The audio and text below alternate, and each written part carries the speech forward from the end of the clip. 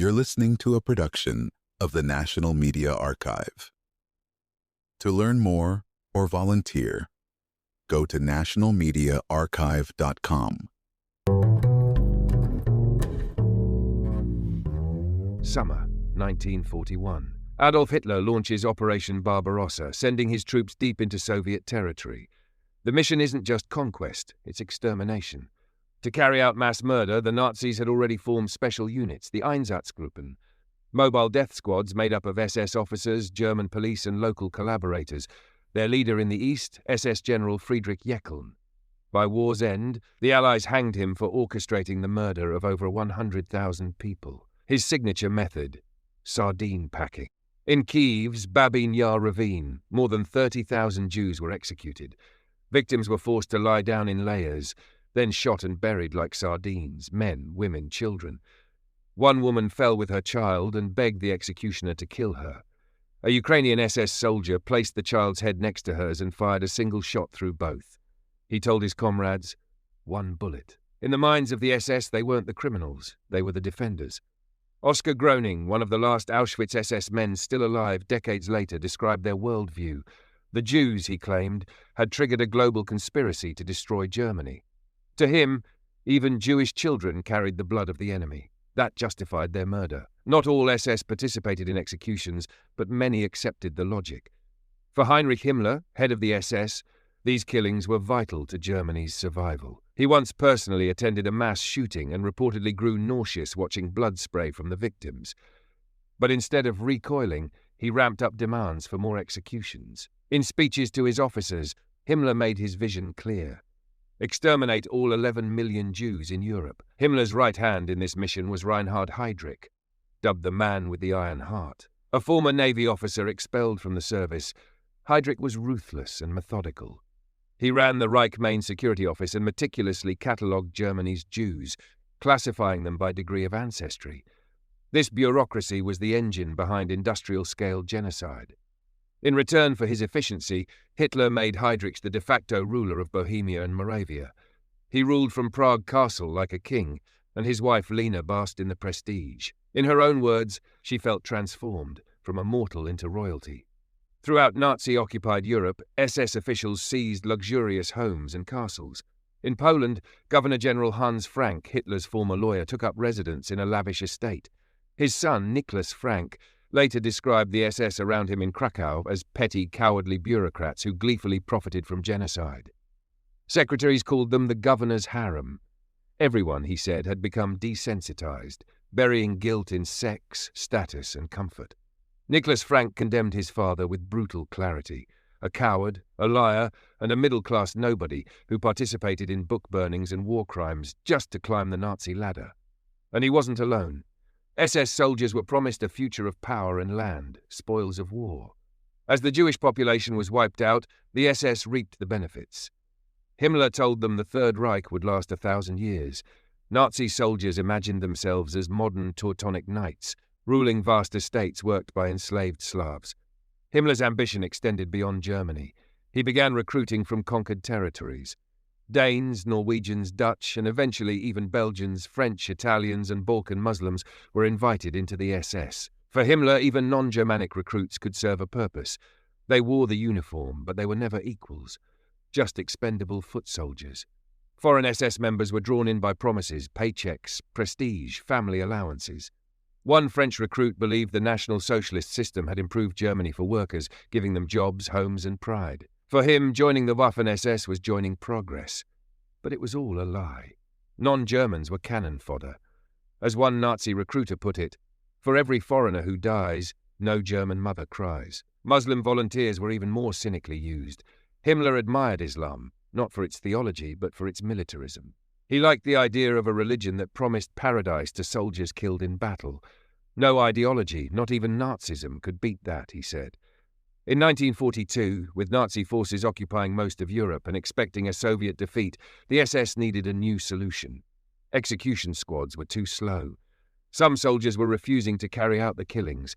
Mass shootings were taking a psychological toll. The answer, death camps. These weren't just concentration camps. They were industrial-scale extermination centers, designed to kill with maximum efficiency and minimum fuss. The prototype? Posen camp in occupied Poland. Gas chambers had already been used to murder 400 mentally ill patients. Gassing, the SS believed, was cleaner, especially for the executioners. Within months, the SS built an entire network of death camps across Europe. From France to the far reaches of Poland, Jews were rounded up and sent to be killed. Trains rolled in, day after day. Europe had become a prison, and then a morgue. At Auschwitz, SS guards operated with cold precision. Doctors sorted arrivals. Those who could work were temporarily spared. The rest were sent directly to the gas chambers. Guards rarely interacted with those doomed to die. Instead, they supervised the killing from a distance, dropping poison gas canisters into sealed rooms and leaving other prisoners to handle the corpses. The SS remained eerily detached. One said he didn't believe the massacre claims even after hearing them all. Auschwitz doesn't exist, he said. To him, whether people were shot or gassed didn't matter. He simply didn't care. For the survivors and the outside world, these denials were unspeakable. Dresden's Jews, for instance, were deported to Auschwitz en masse.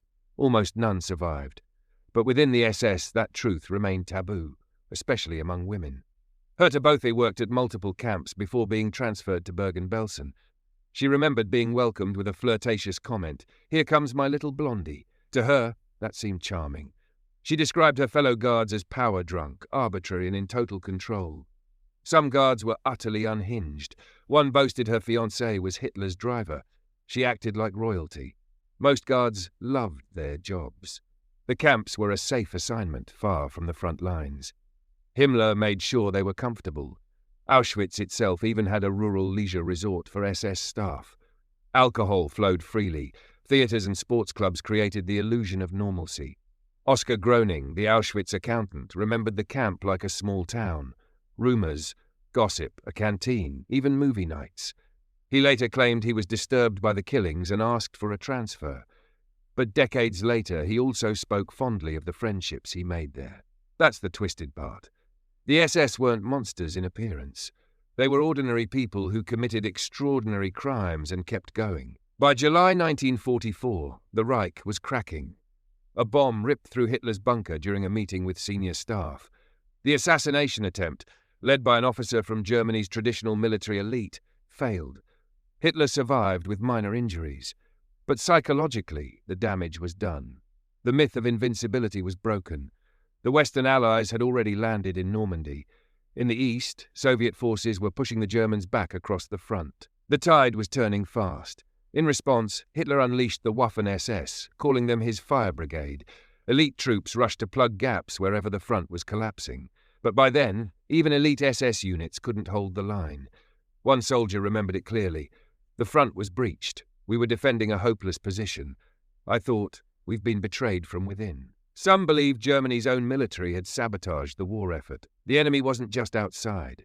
It was inside. For the Waffen-SS, this was total war. No rules, no limits. Kill first, justify later. On the Eastern Front, orders were clear. Better to kill 1,000 Russians too many than one too few. That's how the generals put it. In France, the same tactics were used to crush resistance. In the village of Oradour-sur-Glane, the SS Das Reich Division murdered 642 civilians. One SS soldier stationed just miles away defended it decades later, saying, "When you're a partisan, you don't fight elite combat troops. That's suicide." Others were more conflicted. Some troops in the Das Reich Division weren't even volunteers. They were malgré nous, young men from the Alsace region, born French but forced into the SS because the Nazis claimed they were German. By 1944, these conscripts were witnessing the full brutality of the regime from the inside. They remembered how their SS comrades treated civilians. Anyone who wasn't for them was against them. Prisoners, partisans, even entire villages were fair game. One recalled being told that black prisoners weren't worth a bullet. Just crush their skulls with a shovel. Fanaticism infected everything. One man recalled a comrade who lost an arm to a shell and barely reacted. "My arm's gone. That's it." The mindset was, everyone's against us, but we'll win. We always have. They were born and raised in Nazism. For them, the idea that Hitler could lose was unthinkable. By late 1944, it was clear to the top brass that Germany was finished. But Himmler refused to admit it. He replaced Reinhard Heydrich, assassinated by Czech resistance fighters, with Ernst Kaltenbrunner. The machinery of death kept going. Reality didn't matter anymore. Himmler promised miracle weapons, new rockets like the V2 that would reverse Germany's fortunes. The V2s hit London and Antwerp, causing massive destruction. But they didn't change the outcome. Himmler kept pushing troops to the front. One recalled being sent against the Russians with no heavy weapons. No tanks, no fuel, just handguns and whatever they could carry. They sacrificed us, he said. By early 1945, the Reich was collapsing on every front. Himmler gave a final desperate order: destroy the evidence. In January, the Auschwitz death camp was evacuated. A Czech resistance member secretly filmed the final train leaving the camp. Open cars, packed with Jewish prisoners and SS guards in freezing temperatures. The Allies were now liberating camps across Europe. What they found shocked even hardened soldiers. 6 million Jews, gone. Alongside them, hundreds of thousands of political prisoners, Roma, disabled people, homosexuals and clergy were also exterminated. The scope was staggering, but only a fraction of the 40,000 SS guards were caught. Many disguised themselves as prisoners. They tried to slip away unnoticed, but they carried a mark, an SS blood group tattoo under their arm. Some even cut off the skin to hide it. Among them were 3,000 female guards. Herta Both was one. After the war, the Allies made her help bury the corpses at Bergen-Belsen. Decades later, she still saw herself as the victim. The camp ruined my life, she said. I was just a guard. I did what I was told. Asked if she felt guilty. No, I couldn't help them. I'd have been locked up too. Even after defeat, many SS clung to their ideology. They had been the new lords. Now they were fugitives, but they still saw themselves as elite. May 8, 1945.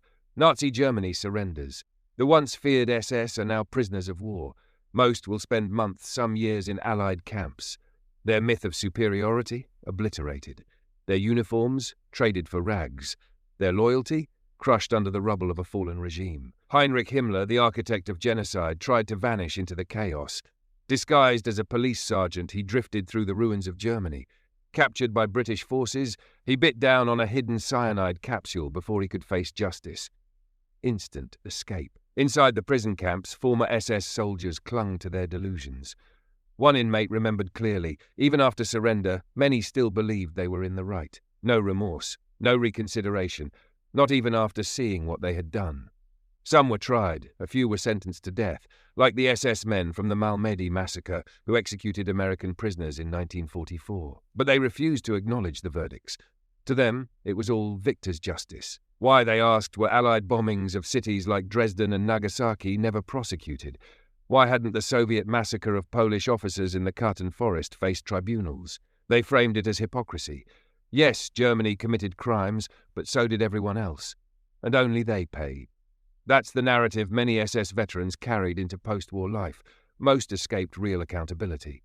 A few top leaders were executed, but the vast majority? They slipped through.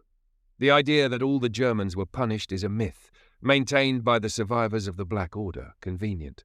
Comfortable. False. Some veterans eventually broke ranks. One remembered feeling personally betrayed by Hitler. He promised joy and handed us misery, he said.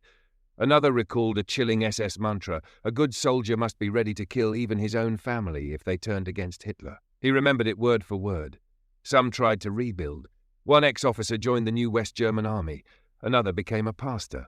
One, who once dreamed of medieval chivalry, abandoned his racist views completely. A rare few spent the rest of their lives warning the world about the indoctrination they once believed in. But most? Not so much. Many ex-SS men joined veterans clubs, still active today. These associations preserved their version of history, nostalgic, sanitized, completely detached from the industrial slaughter they helped carry out. Some moved abroad. Herbert von Muhlenberg set up shop in South America.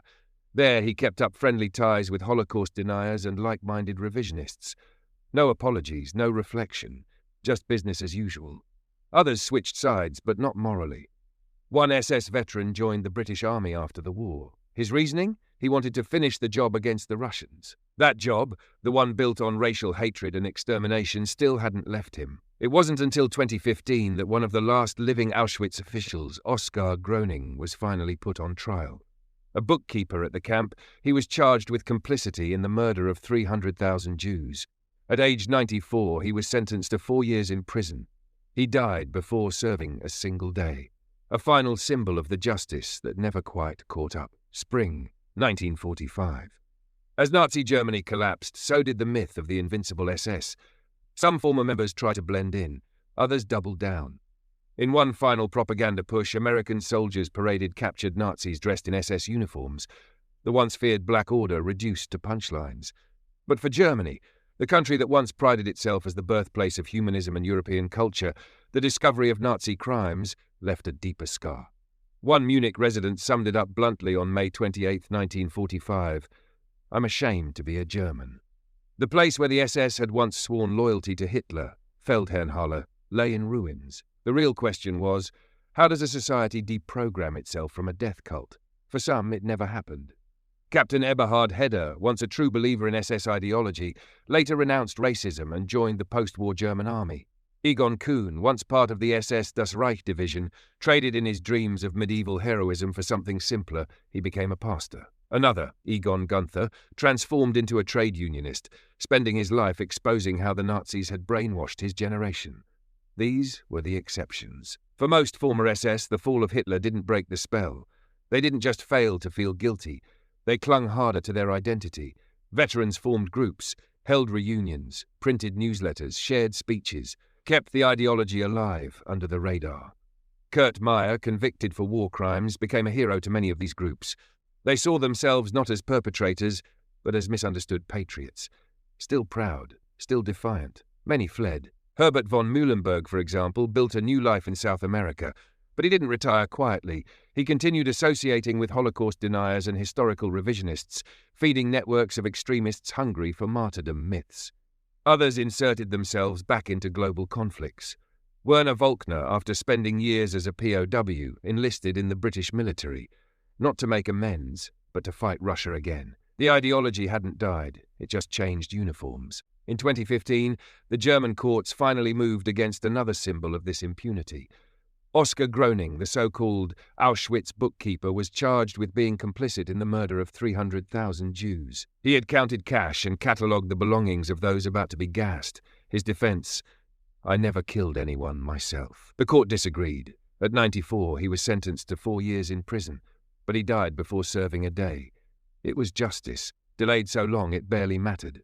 The fall of the SS wasn't a clean break. It was a slow fade into obscurity, denial and rebranding. Some tried to erase their past, others tried to rewrite it. But the stain remained. The core truth: the SS was not just a military unit. It was a political cult, built on racial supremacy, violence and loyalty to a single man, Adolf Hitler. And it didn't just disappear. For decades after the war, SS veterans kept networks alive, through associations, through underground publications, through denial. The new narrative went like this: they weren't war criminals, they were soldiers, patriots, protectors of the West against Bolshevism. According to them, the Holocaust was either exaggerated, misunderstood, or fabricated entirely. This wasn't fringe, it was widespread in SS circles. That's how the myth survived. Former Waffen-SS men like Kurt Boos and Manfred Diener gave speeches still quoted by extremist groups today. Rallies were held, toasts were raised. Nothing changed except the uniforms were gone. In the Cold War, some former SS were even recruited by Western intelligence agencies. The logic? Better to use experienced operatives against the Soviets than let them rot in prison. Morality was shelved, the past was buried. Meanwhile, Holocaust survivors were left to carry the truth alone. The SS had executed over 6 million Jews, hundreds of thousands of others, Roma, disabled people, homosexuals, political prisoners, and most of their murderers never faced real justice. That's the final legacy. They had sworn loyalty not to a constitution, not to law, but to a man. And when that man fell, they didn't collapse in shame. Many simply moved on, unrepentant. Some would say they were just following orders. Others claimed ignorance. But the evidence, films, documents, photographs, testimony, was overwhelming. They were there, they knew, and many of them still believed, right to the end.